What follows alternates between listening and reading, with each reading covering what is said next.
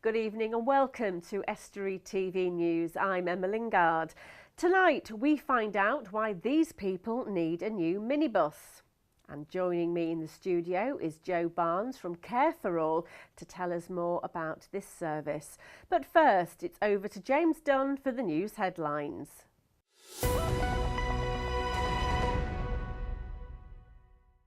Hello, in the headlines today, fancy a dip? Well, dive in as various services are back up and running. And London, Paris, Milan and Cleethorpes makes its debut in the world of fashion. New legislation has standardised the charges that debt collectors can impose on their debtors, but there are fears this could lead to inflated costs. Bailiffs in North and North East Lincolnshire have now been replaced by enforcement agents and have set amounts they can charge. There's now a set fee of £75 when an unpaid bill gets passed to an agent, and a visit will cost the debtor £235 plus 7.5% of the debt. Before, bailiffs would charge a minimum of £24.50, but this could increase for a number of reasons, including waiting time and storage fees, which could quickly see those costs spiral out of control. The council says the new rules mean people know where they stand.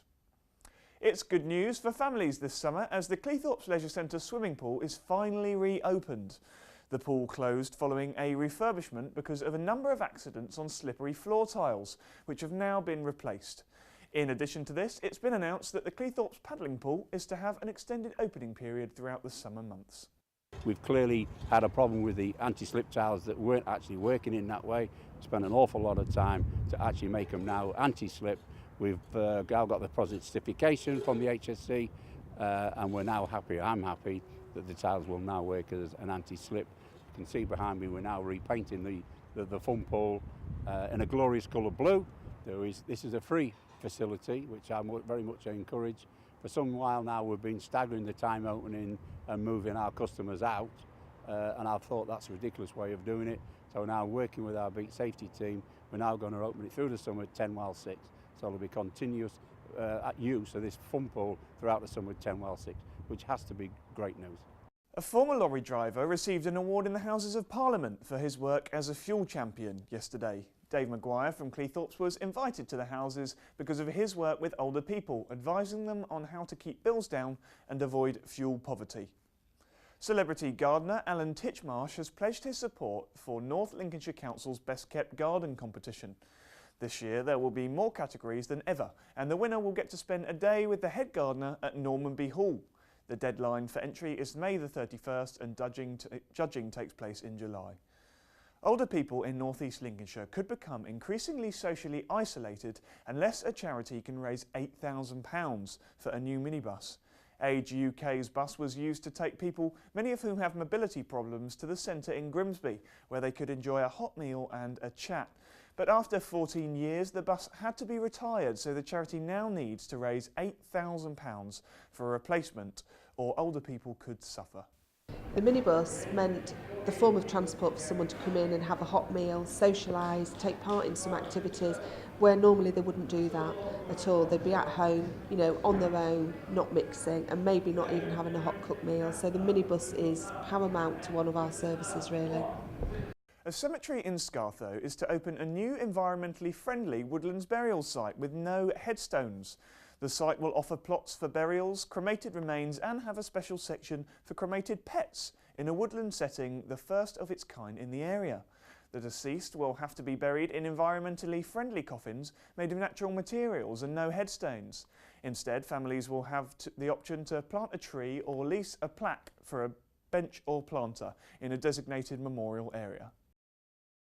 I think people have become more environmentally aware in the last 15 to 20 years. They realise, you know, with the climate changes that are happening, that they have individually and collectively, we have an impact on the environment. And I think this really reflects the opportunity for people with that mindset who are keen, you know, to make a difference as the ultimate opportunity to have a sustainable sort of death, I suppose. One of the Duchess of Cambridge's favourite fashion labels has released a bag featuring Cleethorpes. Kate Windsor, who visited Grimsby last year, is often seen wearing clothes from upmarket high street store LK Bennett, which has just released a summer bag depicting our resort. But for those of you looking for something to carry the kids' buckets and spades in, you might want to look elsewhere. The stylish bag costs £95. And you might have to travel to get one too. The nearest stockist is LK Bennett store in York, but you can buy them online. That's all from me. I'll see you next time. Now, a trip into town, a nice lunch, someone to sit down and have a chat with. These things aren't a lot to ask for, but for many older people, their opportunities to do these simple things are now in jeopardy, as the minibus that went to collect them and take them to Age UK in Grimsby has sadly driven its last journey. Reporter James Dunn went along to find out why the bus is so important. Age UK in Grimsby serves around 50 lunches a day and is a social hub to many older people. Many have lost loved ones and suffer with mobility problems, so without it, they may go days, even weeks, without seeing a friendly face or even having a hot meal. Loneliness, isolation is one of the big issues we deal with all the time here. And people struggle to get in, they struggle to meet, socialise. A hot meal is a big issue to older people who can't get out and meet their friends. So we deal with it all the time. The charity used to have a minibus to collect the older people, but after 14 years it was forced to retire. Now they've made alternative arrangements, but in the longer term, unless it can be replaced, the lives of those who need it will suffer. My friend's got a wheels there. She definitely needs it. She couldn't get anywhere without the bus. And how much does it mean to you to see your friends regularly? How much does it mean? Well, it means a lot because she likes to come out. We don't see anybody after this. No. We're all on our own. This is a day out for us. A lot of us are disabled. I've got bad legs, as you can see. There, see me bad legs, and this one has to have a cart to bring a pusher, and you're not very good on your feet, are you? No, not very good on her feet. Staff and users of the service are now doing what they can to raise the £8,000 needed for a replacement. We are doing anything possible, fundraising, we've contacted loads of local companies, donating raffle prizes, we're doing name cards, we're going to do some events throughout the next few months. Everything that's raised will all go into a pot to go towards the minibus, really. James Dunn, Estuary TV News. Care for All provides community-based health and social care services in North East Lincolnshire and is part of the Care Plus Group family. Joining me in the studio to tell us more about their work is Jo Barnes. Jo, welcome to the show. Who does Care for All actually cater for? We cater for hundreds of people every week, predominantly older people and people with disabilities, including people with learning disabilities. Okay, and what types then of services do you provide? Because I mentioned there about social care services, so what types of things can you expect? Yeah, in terms of what we provide as a charity, we provide everything from day opportunities for older people and people with disabilities. But we also provide, it's a modern twist of the traditional Meals on Wheels service. Right, okay. We're called Meals Plus. Right. We also create real job opportunities for people with disabilities. So in addition, we have 4 cafes in the North East Lincolnshire community. We have a garden centre. We have a charity shop. And we run a service called PASS, which is Personal Assistant Support Solutions. Okay. And that's where a person might have a personal budget or what we call a direct payment and wants to recruit a personal assistant to support them. Right. And we will help them to do that. Okay. And we've helped hundreds of people to do that up to now. Okay. Now, things like what you offer are obviously very vital to these people. We've heard there about Age UK and the minibus and the effect that has on the elderly. Your services are as vital, aren't they, to get people? We also promote, part of what we do in common with Age UK, we promote social inclusion, so that a lot of the people that we come into contact with on a daily, weekly basis can often be very, very socially isolated. So one of the things that our services promote is that getting together with people, that social inclusion, making sure that we're a friendly face that somebody actually sees on a daily basis. Which is important for people. Absolutely. Now, you've mentioned what you've got cafes and a garden centre. Where's the garden centre? The garden centre is actually down Cromwell Road, and it's almost opposite the auditorium and the Grimsby Leisure Centre. We advertise outside the garden centre and welcome members of the public there on any day of the week. We've got a great display of plants, particularly at this time of year. So we'd love it if people would come along and support what we do, because every penny that we sell in terms of plants and income goes back into supporting the services that the charity provides. Because again, you rely, don't you, on fundraising and donations. I mean, are we talking lots of money to run services like this? In terms of running Care for All as a charity, it actually costs us over £2 million a year to run. Some of those services are actually commissioned by our parent company, Care Plus Group, and we have a very, very positive and strong relationship with our parent company.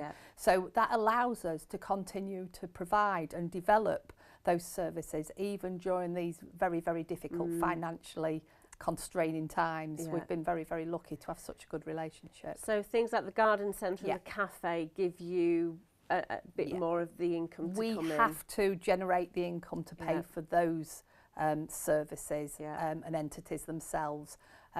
They create jobs for people, they create real paid jobs for people, and often for people who wouldn't be who wouldn't find it easy to get a job in a workplace.